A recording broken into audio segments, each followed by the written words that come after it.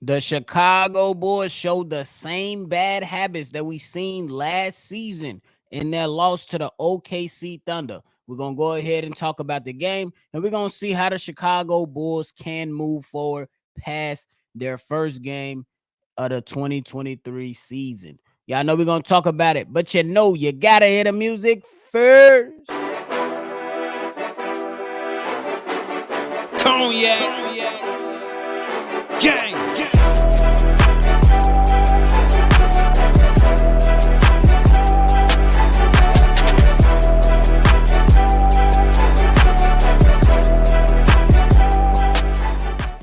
Shy Boys Podcast with the Cognac Boys. I'm Cognac Boy Bobby, holding it down to another episode of Shy Boys Podcast for me and my co-host C-Dub. If you like what you're listening to today, hit the like button, subscribe to the channel, shake the notification bell so every time we drop, you'll be one of the first ones to know. Now, look, last night, the Chicago Bulls lost to the Oklahoma City Thunder in their season opener at home. 124-104 to what we seen Shai Gilgeous-Alexander do his thing.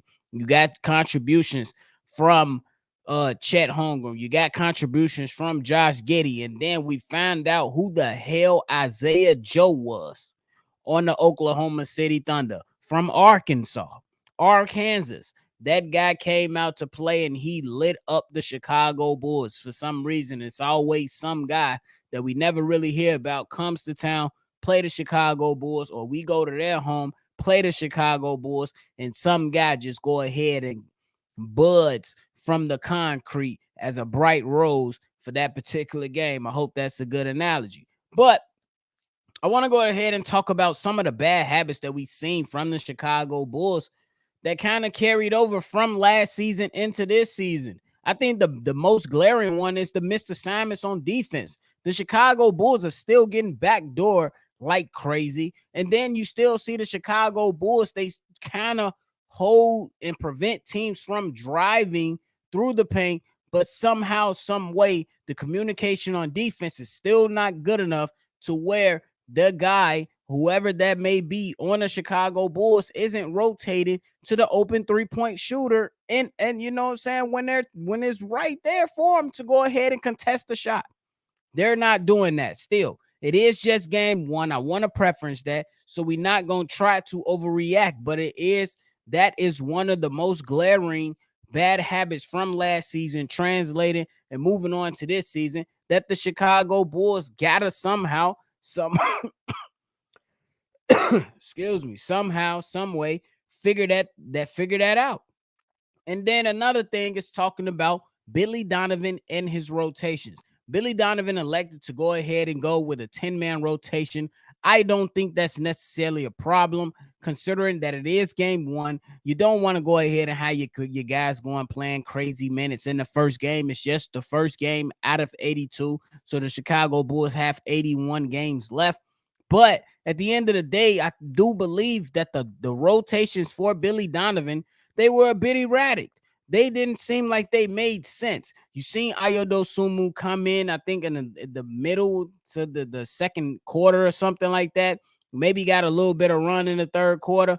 And, it was just kind of erratic. You didn't really understand it. Then you see that Patrick Williams was kind of like the guy in the second half, in the middle part of the third quarter, who really, really, out of the guys that was on the court with him, who seemed like he wanted to attack the basket, and he put up a few good possessions, put up a few good shots, and created some points for the Chicago Bulls, and Billy Donovan yanks him out. Billy Donovan does it again. He goes ahead and he ices his own players when they are performing well, not keeping in mind like, hey, maybe right now is the right time to keep him in the game to see how he can provide a spark to our team. You know what I'm saying? That's something that we should consider when looking at these games, each and every night. Looking at how those rotations go and play out. Like, I think that there was some time to where I understand to where in the first half, you had Patrick Williams with 3 fouls. You had Zach LaVine with 3 fouls. So you couldn't play him that much towards the end of that second quarter just to prevent them from getting their 4th foul, rightfully so. But in that second half, these guys are well rested. What is the issue? I understand that Zach Levine, he played horrendous.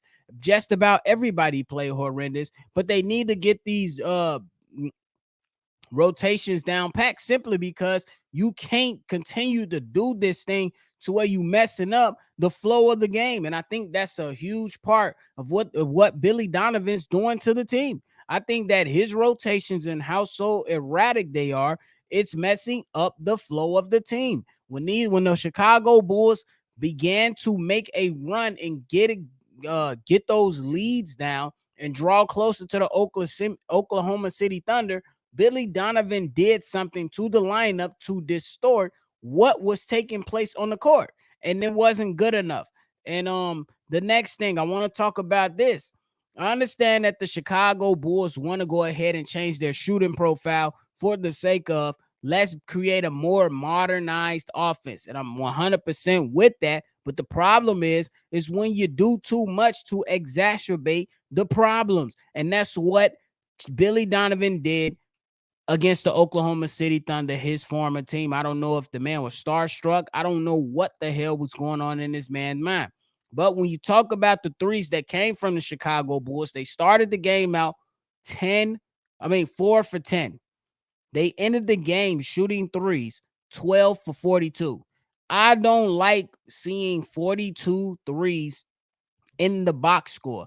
Me personally, I'm good with the Chicago Bulls trying to modernize their offense to shoot more threes, but you don't have to go upwards of 40 threes in a game to try to prove a point that you are trying to change your shot profile.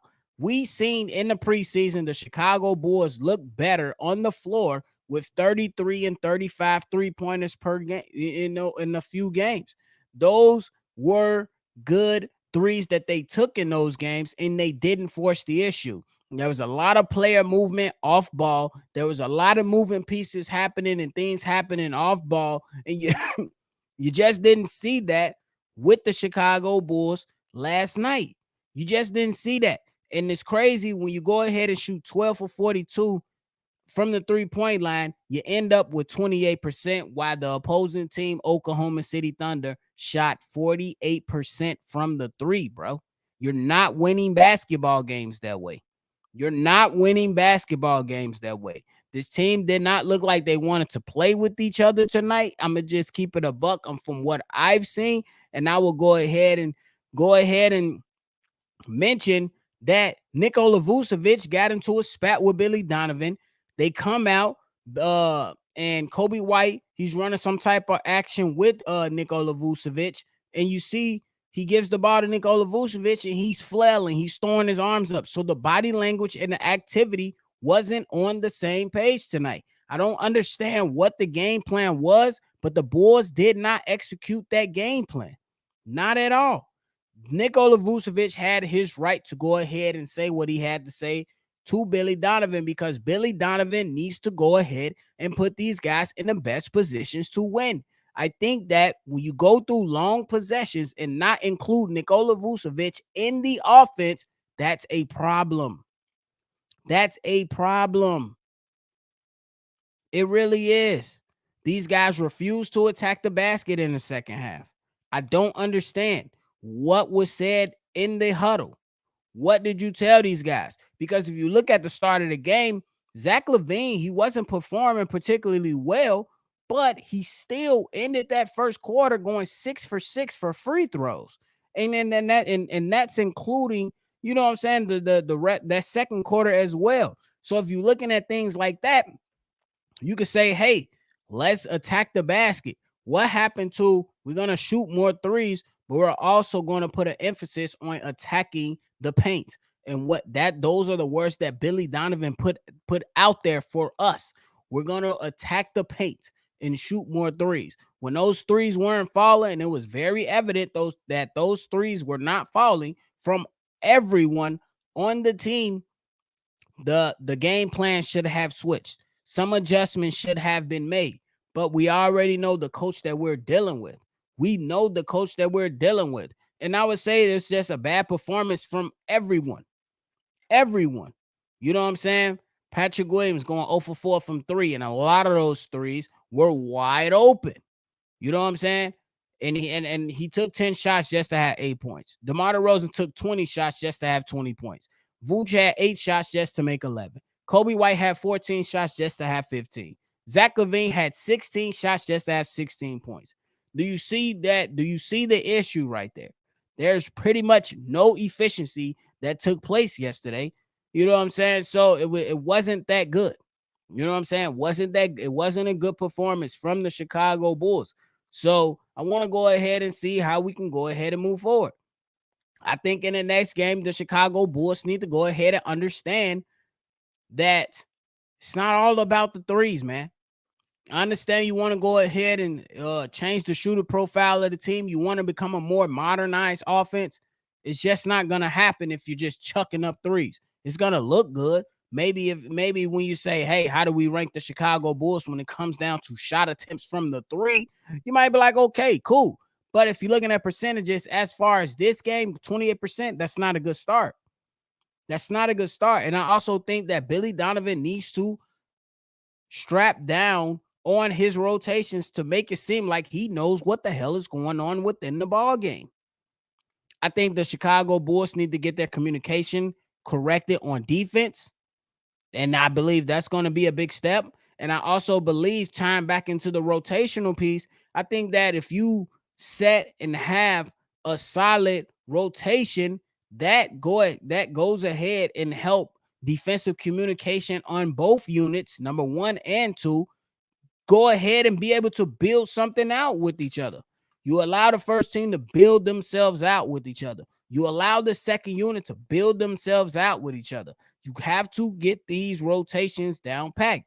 It's not about the 10-man rotation. It's about how you set it up so you can go ahead and make sure that these guys are in a good rhythm. And if somehow, some way, one of your players end up in foul trouble, you still have to go ahead and commit to said terms. Like, if you know what I'm saying, Zach LaVine goes out, whoever's his replacement. Let's just say, for the sake of discussion, that is Alex Caruso. Okay, now Alex Caruso is going to play extended minutes for that time being. Boom. When Zach LaVine comes back and he's ready to go ahead and do what he do in the next quarter or the next half, this guy will be able to go ahead and go back down to the normal minutes that he was expected to play. It's really that simple. But you can't go out here and we're going to go ahead and throw all these different combinations, just try to see how we're going to go ahead and mix and match. I understand that matchups are a thing and that, but sometimes you got to go ahead and play the correct way. You know what I'm saying? Simply so you can go ahead and take advantage of the opposing team. That's what it really comes down to. You got to get this thing situated. It is game one. I'm not going to overreact. Me personally, I'm going to give them 25 games. After the 25 games, the gloves come off, the belt come off. We on their ass, literally. We're going to go ahead and give them some time so they can go ahead and jail, mold, go through some of these tough teams that they're going to face, like Toronto Raptors that's coming up, Indiana Pacers that's going to be in there, Milwaukee Bucks that's going to be in there, San Antonio Spurs, etc., etc., etc., that's going to play these guys tough. We shall see. I'm going to let this thing play out, and we shall see. So that's just what it pretty much comes down to. How can we see this team get better? We need to see them get better because that was not good for the fans who came and spent their money to watch their home team play basketball. Unacceptable. That's what it really comes down to. Very, very unacceptable. But it is game one. They still got a lot of basketball left to be played, but there are some bad habits that were present that you don't want to see. You don't want to see. You don't want to see Nikola Vucevic going at Billy Donovan in the first fucking game of the season. You don't want to see Kobe White's bad body language on the court in a game that is still very winnable in the first game of the fucking season. You don't want to see your guys go ahead and be inefficient, look like they're not ready to play, look like they're not want to be on the same accord as a team in the first fucking game. There's a lot of things that we can go ahead and point out to. You know what I'm saying? It's a lot of different things. One thing for sure, two things for certain. The Chicago Bulls need to fix it and get out of this mode of bad habits that starts with coaching and it trickles on down to the players, the leaders on the team. Nikola Vucevic, DeMar DeRozan, Zach LaVine. These are the guys that are supposed to be the leaders of this team. Make it happen. Get y'all shit together and let's play ball. It is game one. I'm not going to overreact, but the Heat will start pressuring. The Heat will come as long as the Chicago Bulls don't do what they need to be doing. You know what I'm saying? You got to get it together. You got to get it together. So hopefully they move on into their next game and they go ahead and do what they have to do so we can go ahead and hopefully have a good damn season. That's what we need to see. That's what we need to see from the Chicago Bulls, man. Real talk. That's what it is. The Chicago Bulls, their next game is going to come on Friday against the Raptors, and then they play the Pistons. So we shall see by Sunday. What are we looking like? Will we be 2-1? Will we be 0-3? Will we be 1-2? There's a lot of ways we can go with this. I'm not gonna overreact, but we shall see because the Bulls have been played tough. Jess was played tough in the preseason against the Toronto Raptors. Now you have to face the Toronto Raptors again, who have given the Chicago Bulls problems. We shall see. We shall see. So make sure you hit the like button, subscribe to the channel, leave your thoughts down below. That's it for me today. I'll be keep going on and on. So I'm gonna just end it right here. While we gonna just end it right here. Hit the like button, subscribe to the channel, and thank you for tuning in to another episode of Shy Bulls Podcast. Catch y'all on the next one for sure. Cognac. Gang.